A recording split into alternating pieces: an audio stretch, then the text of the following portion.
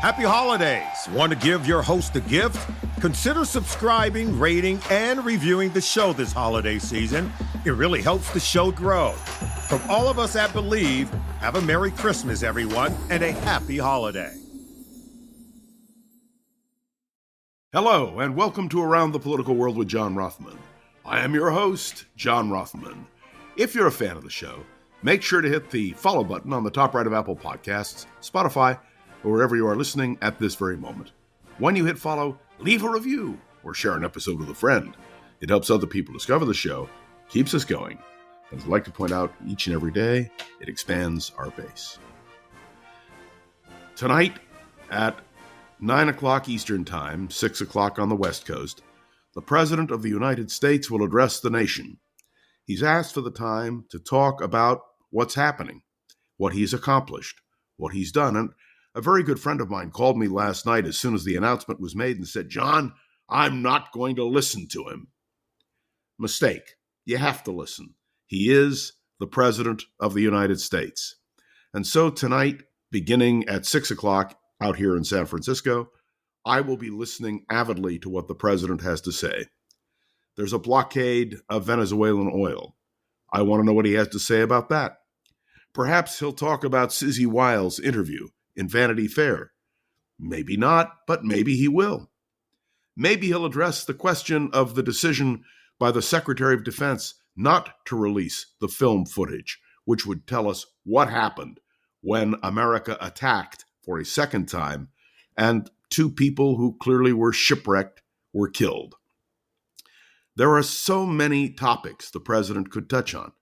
Certainly in foreign affairs, he could talk about the Middle East. He could talk about Ukraine.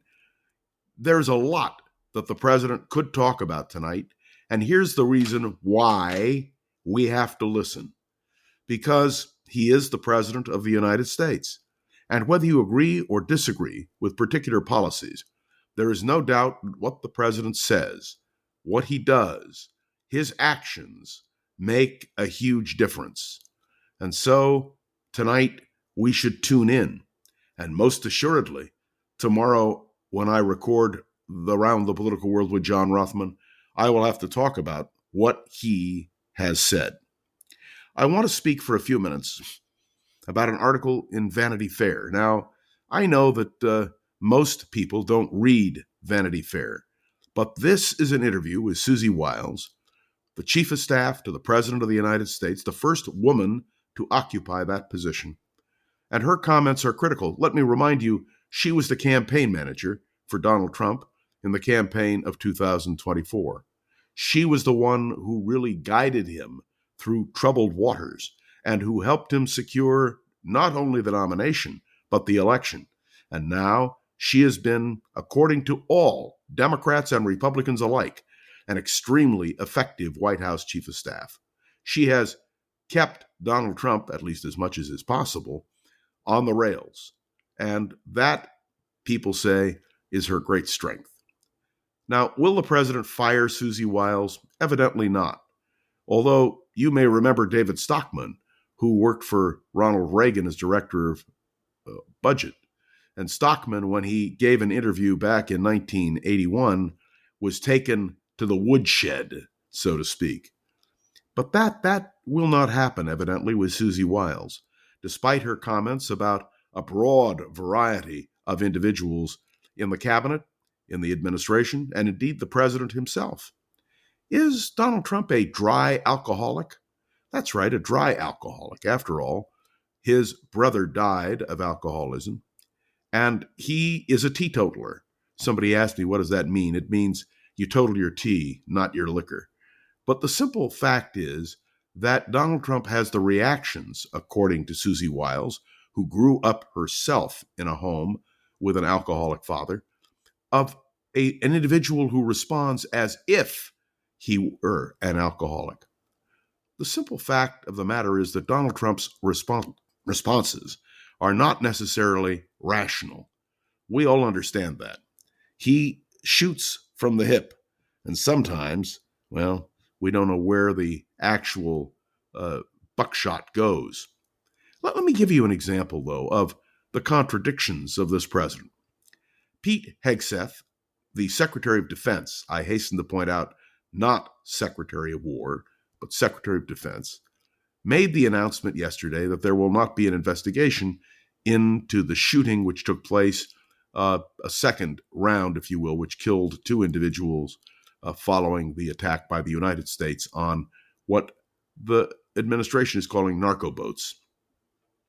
There is no doubt that that tape should be shown widely. There is no doubt that it does not compromise the security interests of the United States. Wait, you're saying. How can you say that?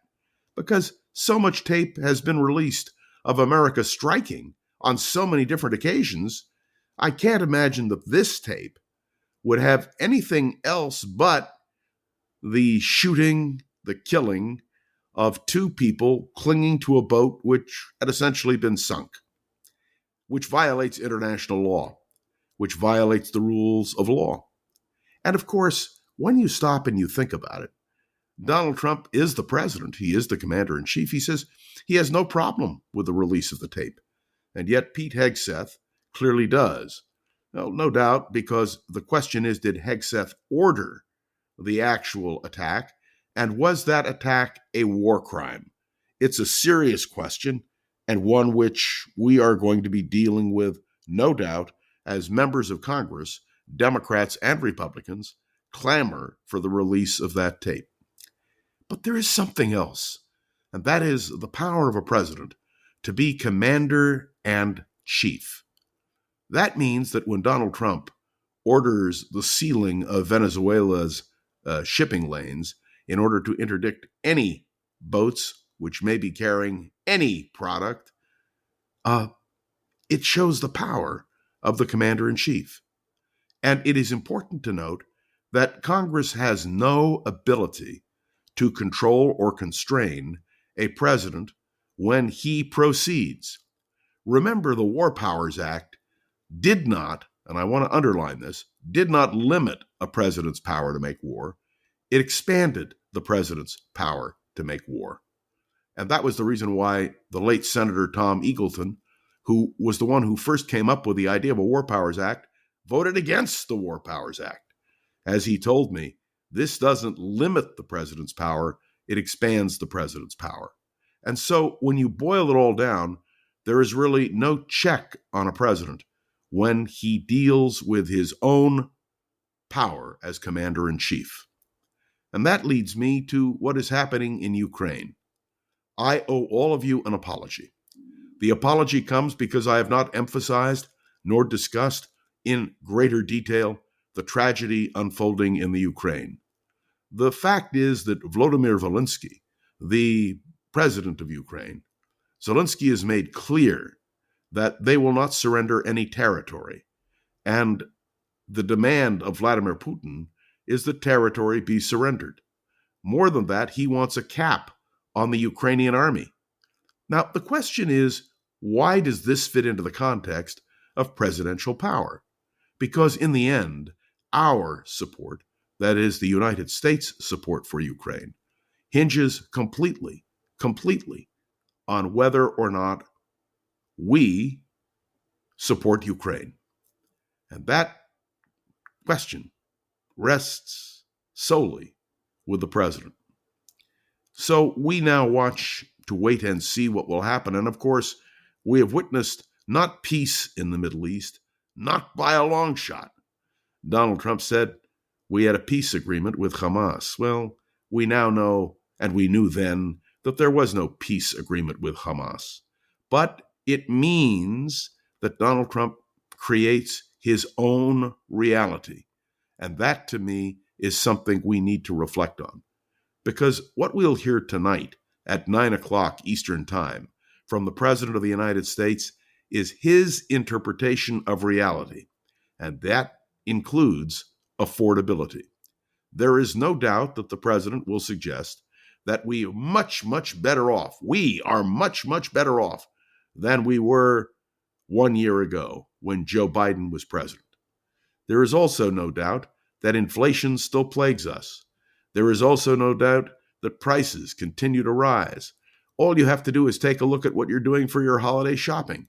Christmas, Hanukkah, Kwanzaa, everything is more expensive. And how Donald Trump will spin this is going to be fascinating. By the way, as soon as his speech is over, he's going on vacation. That's right, he's going down to Mar-a-Lago, which is his right. But let me point out to you that we are a nation and a world in crisis. And the President of the United States is not just the President of the United States. He is the Commander-in-Chief. He is, well, the leader of the free world. And some would say he is the most powerful individual in the world. And I believe that to be true. Now, one of the things that Susie Wiles indicated, which I was intrigued by in the article in Vanity Fair, is she seems to favor Marco Rubio, the current Secretary of State and National Security Advisor to the President, over Vice President J.D. Vance. Her comments about J.D. Vance, well, were not particularly complimentary. Her comments about Marco Rubio were very complimentary. And let me remind you that as White House Chief of Staff, but not only that, as the campaign manager who guided Donald Trump to the White House, well, she has considerable sway. And what she says, well, people are going to hear. This, to me, is a critical moment. I want to return to something else that we talked about briefly, and that has to do with Mark Kelly, the senator from Arizona. It turns out that there is a plan in place to recall him to service so he can be court-martialed. For those, including my good friend, who suggested that there was no revenge tour, that this president was not out for revenge, how wrong you were. Now, I haven't raised a question with you out of respect for your feelings about all of this, but I hope and I know you listen to this podcast. And so let me be crystal clear. Donald Trump is on a revenge tour. And whether it is Mark Kelly, a sitting United States senator who also went into outer space 4 times and who has been a genuine American hero, or whether it is, well, let me give you my frank assessment about a member of Congress who has decided to retire. You all know that I was no fan of the one person who seemed to be Donald Trump's biggest booster. She's retiring on January 7th when her pension kicks in. She's decided to take her pension. I don't begrudge this particular member of Congress that right. But I'm not mentioning her name this morning, but you all know who she is. And the fact that the President of the United States declared war on a member of his own party who was one of his biggest supporters, well, that tells you something, doesn't it? So there's a lot to hear tonight, a lot to listen to tonight, a lot to understand tonight. As the President speaks to the nation, and as we all listen, what is important for me to conclude with this morning is the fact that who is President of the United States matters. It matters in terms of foreign affairs and domestic affairs. Let me remind you, the clock is ticking. And on January 1st, actually December 31st, a lot of people's health care costs are going to skyrocket. And the administration has come up with no way of checking that. Will the president talk about that tonight? One wonders. And where does the blame lie? And where will the American people put the blame in the midterm elections? Our focus, of course, in the year ahead will be on the midterm elections because control of Congress will hang in the balance. If the Democrats take control of the House and Senate, Donald Trump essentially becomes the lamest of lame duck presidents. If the Republicans prevail and control the House and Senate, well, it's a big boost for Donald Trump. There is a lot riding on tonight with his speech. There is a lot riding on what happens in foreign policy and domestic policy. There is a lot riding on who wins the next midterm election. And all of that, my friends, is racing toward us at rapid speed. It makes, for someone like me, who does a daily commentary on Around the Political World with John Rothman, even more excited about the year ahead. I love politics, and I love the opportunity to deal with many of these serious subjects with you. Thanks for tuning in to another episode of Around the Political World with John Rothman. I'd love to hear your thoughts on today's episode. You can write a review on Apple Podcasts, drop a comment on YouTube or Spotify, and you can click any of the links on the show notes to connect with me on social media. The show has been getting such positive attention that we're excited to bring on the advertising support that you hear at the beginning and the end of this podcast. This will help us to create more opportunities for Around the Political World. And if you, by the way, are interested in sponsoring this podcast, let us know. I want to say a special thank you on this, the fourth night of Hanukkah approaching, to Gogo Zoger, the wonderful producer of this podcast. For Hanukkah brings light to the world, and we hope, despite the tragedy of recent days, that we will embrace the light. And Gogo, to you and your family, a very happy Hanukkah. I am John Rothman. You are listening to Around the Political World with John Rothman, and I will be back tomorrow with more. And believe it or not, I can't wait. See you then. If you like the show, please take a moment to rate, review, and subscribe. It really does help the show to grow. Thank you for listening.